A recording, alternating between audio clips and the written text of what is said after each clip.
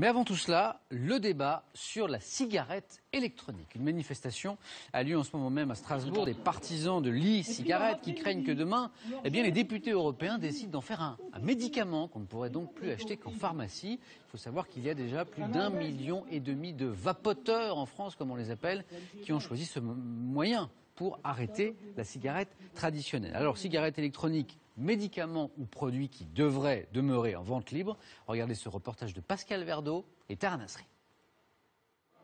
C'est une petite boutique discrète au cœur de Bruxelles.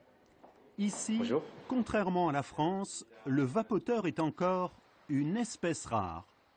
Alors le vendeur prend son temps, étale l'objet tendance aux couleurs chatoyantes et fait l'article. Les liquides sont vendus à 8 €, ça équivaut à 7 paquets de cigarettes. On a différentes sortes de tabac, des parfums fruités, avec différentes sortes de nicotine. C'est une façon apparemment d'arrêter de fumer. C'est maintenant 1 mois que j'utilise ça. Et petit à petit, je prends des doses beaucoup plus légères. Et ça m'aide à arrêter. Apparemment, c'est beaucoup plus facile que d'avoir un patch. Parce que tu as encore le sentiment d'avoir quelque chose en main.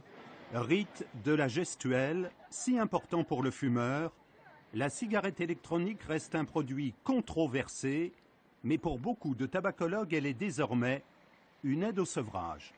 Évidemment, ça va permettre aux gens, et ça permet, semble-t-il, à pas mal de mes patients qui m'en parlent, de réduire, voire de complètement supprimer leur consommation de cigarettes habituelles. Le problème, c'est que ça maintient le geste et que donc les gens risquent de continuer à fumer indéfiniment de la cigarette électronique. Nouvelle dépendance, mais d'abord nouveau statut en discussion au niveau européen. Pour la Commission de Bruxelles, la cigarette électronique doit être considérée comme un médicament. La cigarette électronique a été conçue comme un produit pour aider les gens à arrêter de fumer. Donc en quelque sorte, c'est un produit qui soigne, en tout cas qui aide les personnes à arrêter de fumer.